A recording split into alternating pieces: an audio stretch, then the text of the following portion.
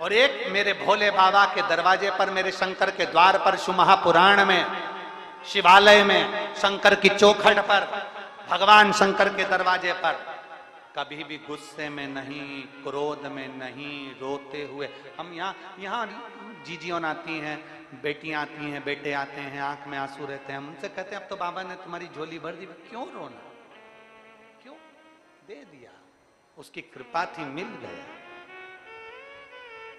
उसकी करुणा थी, उसने दे दिया, अब क्या विचार है?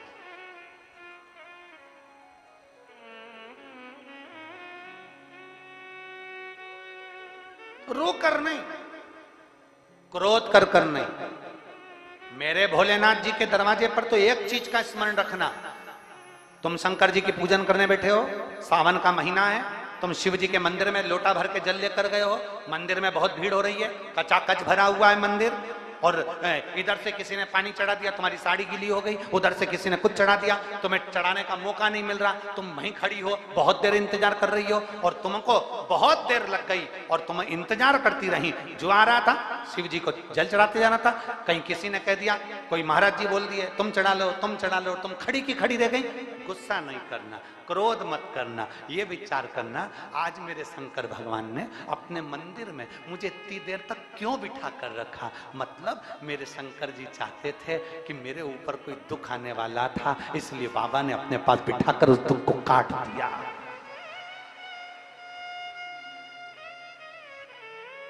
मेरे बाबा ने अपने पास बिठाकर दुख को काट दिया।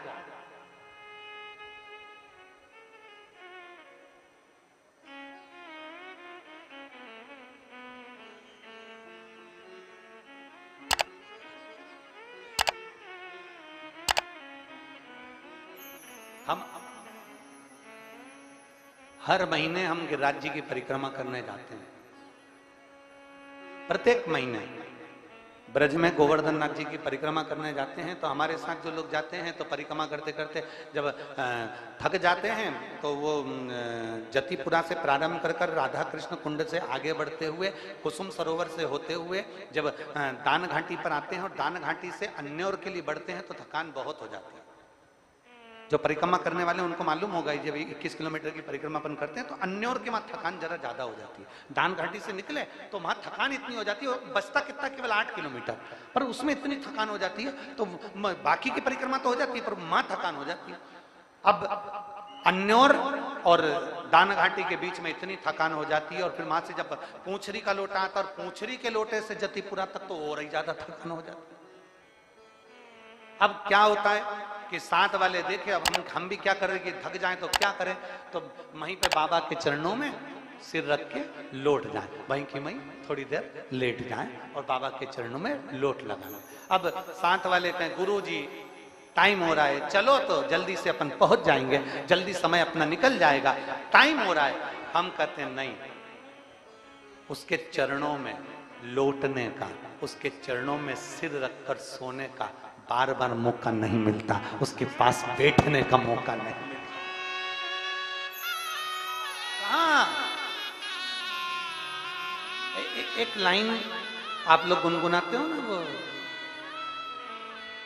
आ बैठ मेरे पास तुझे देखती रहूं। बस हम हमारे भगवान के पास पहुंचे, मेरे भोलेनाथ जी के पास पहुंचो। मंदिर में भीड़ जाता है, जल चढ़ाने वाले जाता है, बहुत देर लग रही है, गुस्सा नहीं करना। कोई पानी ढोल गया, गुस्सा नहीं करना। किसी ने कुछ बोल दिया, गुस्सा नहीं करना। मंदिर में, शिवालय में, देवालय में, सावन का महीने में याद रखना अपने मुख से अपशब्द ना निकले। अगर देरी लग रही है, मंदिर में भीड़ ज्यादा है, थोड़ी देर बैठकर नंदी के पास बाबा से अपने दिल की बात कहते रहो। हाथ में जल का पात्र है, दिल से बाबा को पुकारते रहो। देरी हो रही है, कुछ मेरे भोलेनाथ ने तेरे लिए अच्छा सोच कर रखा होगा, कोई बात नहीं, थोड़ी ठंडी रखो, थोड़ी शांति रखो, मन को ठंडा रखो। बाबा का जब दर्शन होगा, जितनी देर मिलोगे ना उतनी देर में बाबा से अपने दिल की बात कह देना, बाबा तुम्हारा और तुम बाबा के हो जाओ। बड़ी दूर किनारा है, कश्ती भी पुरानी है,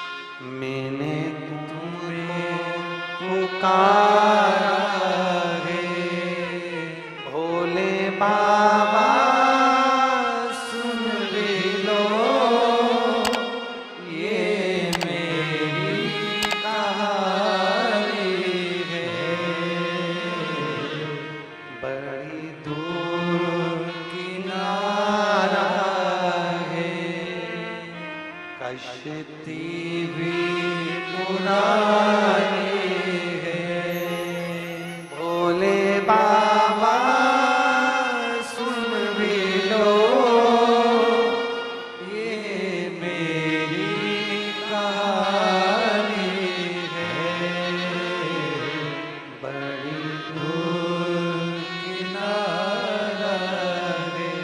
उसके करीब में जाकर गुस्सा नहीं, उसके करीब में जाकर क्रोध नहीं, उसके पास में जाकर अहंकार नहीं, उसके करीब में जाकर ईर्ष्या नहीं, उसके करीब में जाकर तृष्णा, लोभ, आसक्ति, वासना नहीं। मेरे शंकर के करीब में जब जाओ, भीतर से सब समाप्त कर कर जाना, मेरा शंकर मिलेगा। जैसे ये इतने पत्र जो ये ढेर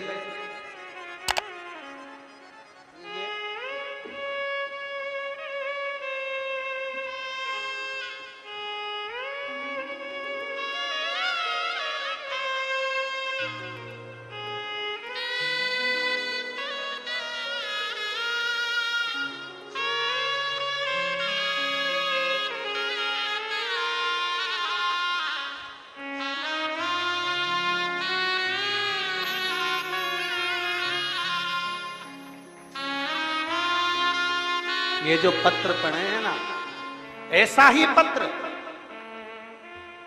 ये जो पत्र पढ़े, ये जो पत्र सम्मुख में आते हैं, ऐसे ही पत्र जिस दिन तुम विश्वास से मेरे देवाधिदेव महादेव को पुकार लोगे, एक दिन तुम्हारा पत्र भी व्यासपीठ के सम्मुख में। विश्वास से पुकारोगे तब, दिखावे से नहीं।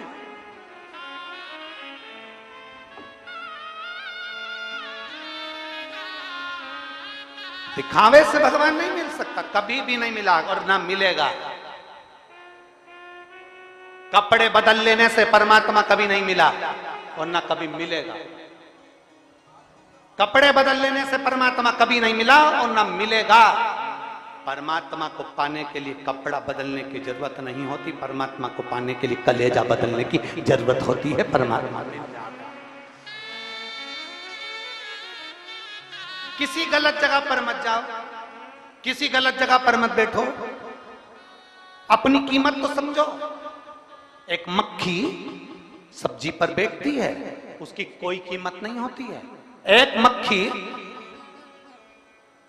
किराने की दुकान के सामान पर बैठती है, उसकी कोई